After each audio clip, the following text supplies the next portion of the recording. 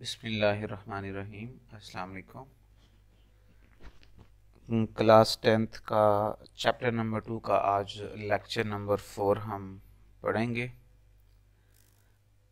जिसका question number है 2.7 और वेरिएबल्स। वेरिएबल्स क्या होते हैं? वेरिएबल्स में हम क्या करते हैं, हम कोई ना कोई वैल्यू को स्टोर करवाते हैं। वैल्यू कौन सी? वैल्यू वो जो हम इनपुट लेते हैं, या वो वाली वैल्यू जो हमारे पास रिज़ल्ट आता है किसी भी दो चीज़ों को ऐड करने के बाद, सब्ट्रैक्ट करने के बाद, उसका जो रिज़ल्ट है वो भी हम वेरिएबल में स्टोर करवाते हैं। अच्छा, ये वेरिएबल होता कहाँ पे है? ये हमारे पास एक मेमोरी सेल होता है। मेमोरी सेल के ऊपर जाके हमारी वैल्यू जो है वो स्टोर होती है। ठीक हो गया? अब मेमोरी सेल कहाँ पे होता है? वो हमारे पास रैम के ऊपर होता है। तो टेम्परेरीली हमारे पास रैम में एक सेल क्रिएट होता है। उसमें सेल का नेम वो होता है जो हम वेरिएबल का नेम रखते हैं, और हमारी इनपुट वैल्यूज़ और रिजल्ट्स वो हमारे वेरिएबल में स्टोर होते हैं। इसको पढ़ते हैं। Variable are named memory location. Variable वो नाम है मेमोरी का जहाँ पे हमने जाके चीज़ें रखनी है, मेमोरी लोकेशन का मतलब रैम के ऊपर हमारे पास वो लोकेशन का नाम है जहाँ हमने अपनी वैल्यू को स्टोर करवाना है। Which are use to store programs input, जिसमें हम इनपुट को स्टोर करवाते हैं। इनपुट क्या? जो वैल्यू हम यूज़र से लेते हैं। Input data and its computational results during program executions, और वो वाले रिजल्ट्स जो हमारे पास कोई ना कोई एग्जीक्यूशंस के बाद हमें मिलते हैं, हम वो वाले रिजल्ट्स भी क्या करते हैं, वेरिएबल में स्टोर करवाते हैं। कब करते हैं? जब हमारा प्रोग्राम एग्जीक्यूट हो रहा होता है, चल रहा होता है, तो जो रिजल्ट आता है वो भी हम वेरिएबल में स्टोर करवाते हैं। As the name suggests, the value of variable may change during the program executions. अब वो कहता है कि ऐसा नहीं कि हमारे पास जो वैल्यू है वो चेंज नहीं होगी। हमारे पास value during the program change हो सकती है, क्योंकि ये हम यूज़र से इनपुट लेते हैं, तो वो यूज़र कोई भी नंबर इनपुट कर सकता है। ऐसा नहीं कि वो हर दफ़ा सेम जो है वो डाटा जो है वो इनपुट करे। तो इनपुट वैल्यूज चेंज हो सकती हैं। If a variable is assigned no value, अगर हम सपोज करें वेरिएबल तो क्रिएट कर देते हैं, वेरिएबल बना देते हैं, लेकिन उसमें वैल्यू कोई भी नहीं रखते, तो फिर क्या होगा? The GW basic assume the value of a variable to be zero. फिर GW बेसिक क्या करता है, वो खुद से एक वैल्यू असाइन कर देता है वेरिएबल को, और वो वैल्यू ज़ीरो होती है। अगर हम वेरिएबल के बाद उसको कोई वैल्यू ना दें तो बाय डिफ़ॉल्ट उसकी वैल्यू ज़ीरो होगी। In case of numeric variables, अगर हमारे पास न्यूमेरिक वेरिएबल है, अगर न्यूमेरिक वेरिएबल है तो कौन सी वैल्यू असाइन होगी? Zero. And null to string variables, और जो हमारे पास नल वैल्यू है वो स्ट्रिंग वेरिएबल में स्टोर होगी। अब क्वेश्चन ये है, मैं ये हाईलाइट कर रहा हूँ कि स्ट्रिंग वेरिएबल क्या होता है और न्यूमेरिक वेरिएबल क्या होता है। दोनों में डिफरेंस याद रखिएगा। वो यहाँ पे बता रहा है कि हमारे पास जो न्यूमेरिक वेरिएबल है उसमें हमारे पास ज़ीरो स्टोर होगा, और जो स्ट्रिंग वेरिएबल है उसमें हमारे पास नल स्टोर होगा। अब न्यूमेरिक वेरिएबल्स क्या होते हैं और स्ट्रिंग वेरिएबल्स क्या होते हैं? न्यूमेरिक वेरिएबल्स वो वेरिएबल्स होते हैं जिसमें सिर्फ नंबर स्टोर होते हैं। नंबर्स के अलावा हम कोई भी चीज़ स्टोर नहीं कर सकते। जैसे कि मैं आपको एग्जांपल देता हूँ, हम इसमें कोई डॉलर जो है वो सेव कर देते हैं, ठीक है ना। हम इसमें जब भी कोई नंबर सेव करते हैं तो कोई नंबर सेव कर देते हैं, मतलब न्यूमेरिक नंबर सेव कर देते हैं 1 2 3 एक्सेट्रा। ये हमारे पास न्यूमेरिक वेरिएबल्स होते हैं जिसमें सिर्फ और सिर्फ नंबर्स जो हैं वो सेव होते हैं। स्ट्रिंग वेरिएबल्स क्या होते हैं? स्ट्रिंग वेरिएबल्स हमारे पास वो वेरिएबल्स होते हैं जिसमें हमारे पास नंबर्स के अलावा और भी चीज़ें स्टोर हो सकती हैं। नंबर्स भी स्टोर होते हैं और उसके अलावा हम और भी चीज़ें जो हम चाहते हैं वो हम उसमें स्टोर कर सकते हैं। जैसे कि न्यूमेरिक वेरिएबल्स में हम डेट को सेव कर देते हैं, डेट हमारे पास नंबर्स में होती हैं, ठीक हो गया। और स्ट्रिंग वेरिएबल्स में हम कोई भी वेरिएबल स्टोर कर सकते हैं किसी नाम से, किसी नंबर से, और कोई भी और भी आप कोई ऐड करना चाहते हैं तो वो भी हो सकते हैं, ठीक हो गया।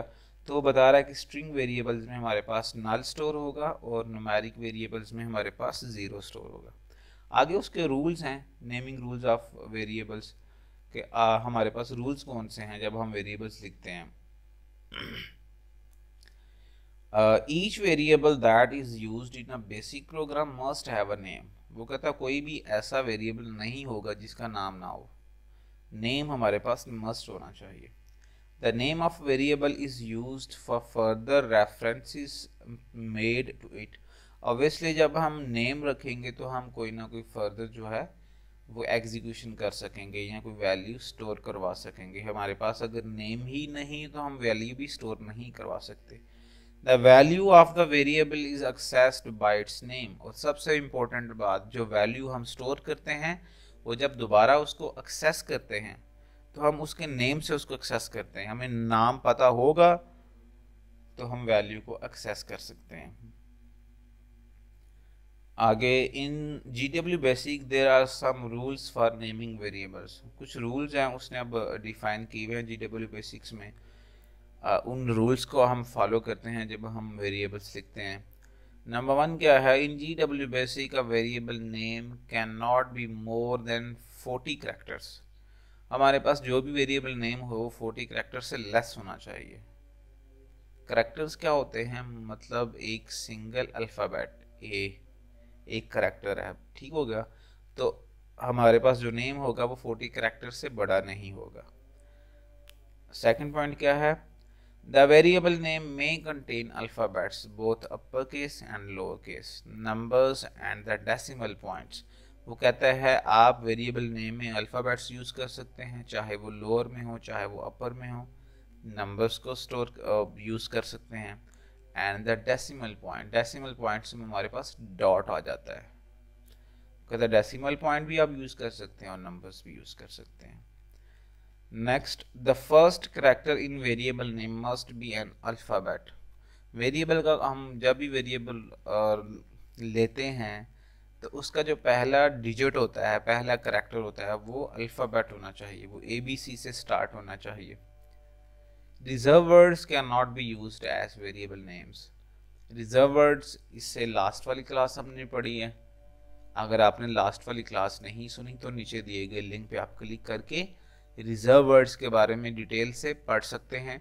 रिजर्व वर्ड्स वो होते हैं जो पहले से डिफाइन होते हैं, हम उनको एडिट नहीं कर सकते, हम किसी और काम के लिए उसको यूज़ नहीं कर सकते। जैसे कि हमारे पास कंडीशंस हैं, इफ़ एल्स, अब हम वो एज अ वेरिएबल नेम के तौर पे उसको यूज़ नहीं कर सकते। Blank spaces are not allowed in variable names. हम स्पेस जब भी वेरिएबल लिखते हैं उनके दरमियान में स्पेस नहीं यूज़ कर सकते। However, the last character of a variable name may be a special type declaration character indicating the type of a variable। और वेरिएबल का नाम लिखने के बाद जो लास्ट करैक्टर होता है वहाँ पे हम कुछ स्पेशल सिंबल्स यूज़ करते हैं जो कि ये शो करते हैं कि ये जो वेरिएबल हमने बनाया है ये किस टाइप का है। हमने ऊपर पढ़ा ना, हमारे पास दो टाइप्स होती हैं, स्ट्रिंग वेरिएबल्स होते हैं, न्यूमेरिक वेरिएबल्स होते हैं। तो वेरिएबल का नाम लिखने के बाद हम कोई ना कोई एक सिंबल यूज़ करते हैं, उससे हमें आइडिया होता है कि ये जो हमने वेरिएबल क्रिएट किया है ये किस टाइप का वेरिएबल है, इसमें कौन सी वैल्यू स्टोर होगी। आप उसमें वही वाली वैल्यू स्टोर करेंगे।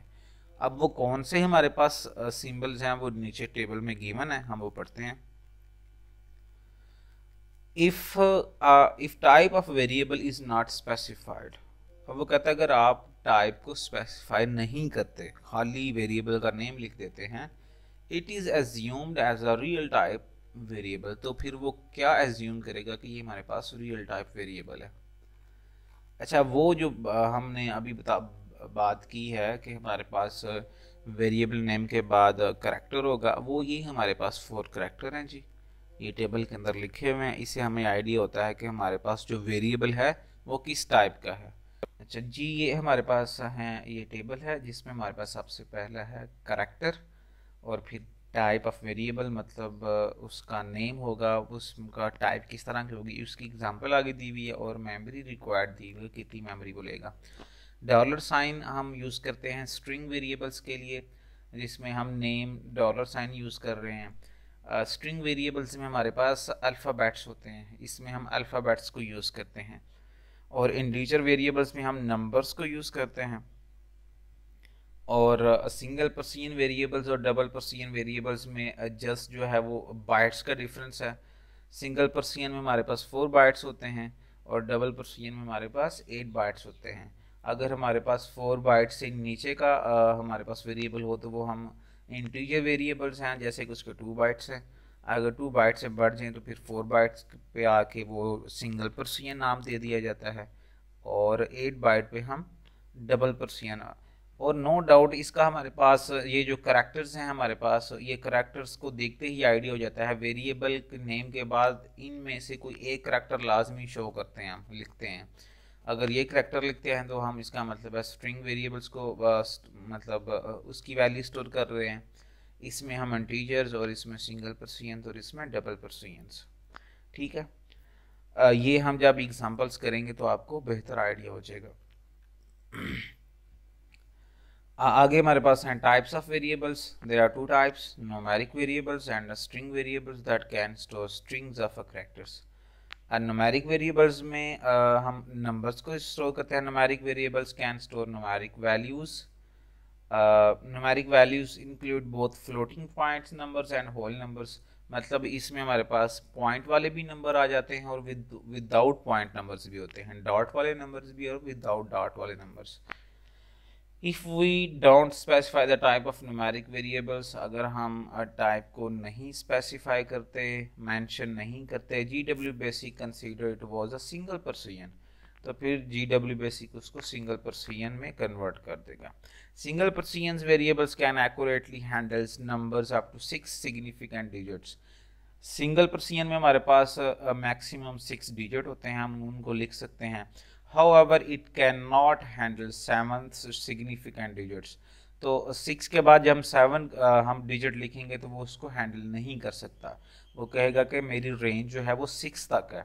If more accuracy is desired, we should rather use double Persian. Suppose हमारे पास 6 डिजिट से ज़्यादा डिजिट आ जाते हैं तो फिर हम स्ट्रिंग वेरिएबल्स को डबल पर्सियंस को हम रेफर करते हैं। हमने ऊपर देखा अभी कि हमारे पास सिंगल पर्सियन और डबल पर्सियन है। डबल पर्सियन की जो हमारे पास ये स्टोरेज है वो हमारे पास ज़्यादा होती है। सिंगल पर्सियन की 4 बाइट है और डबल पर्सियन की 8 बाइट है। आगे हमारे पास आ जाते हैं string variables. String variable can be defined as a sequence of a character enclosed in double quotes. अब हम स्ट्रिंग वेरिएबल में हम क्या करते हैं, हम डबल कोट्स में कोई ना कोई अल्फ़ाबेट्स वैल्यूज, जैसे कि hello word, hi how are you, blah blah, इस तरह, मतलब हम कोई भी नंबर्स को स्टोर नहीं करते, हम स्ट्रिंग वेरिएबल्स को स्टोर करते हैं।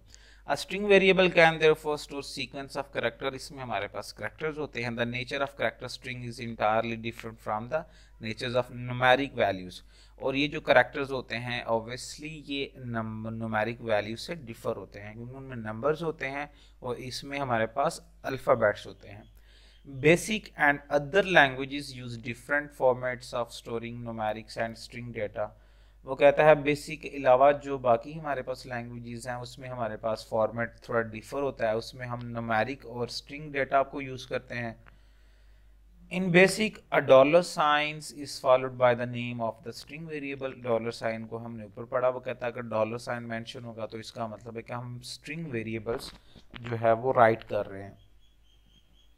We cannot perform the same set of operation on string that we can perform on numeric values.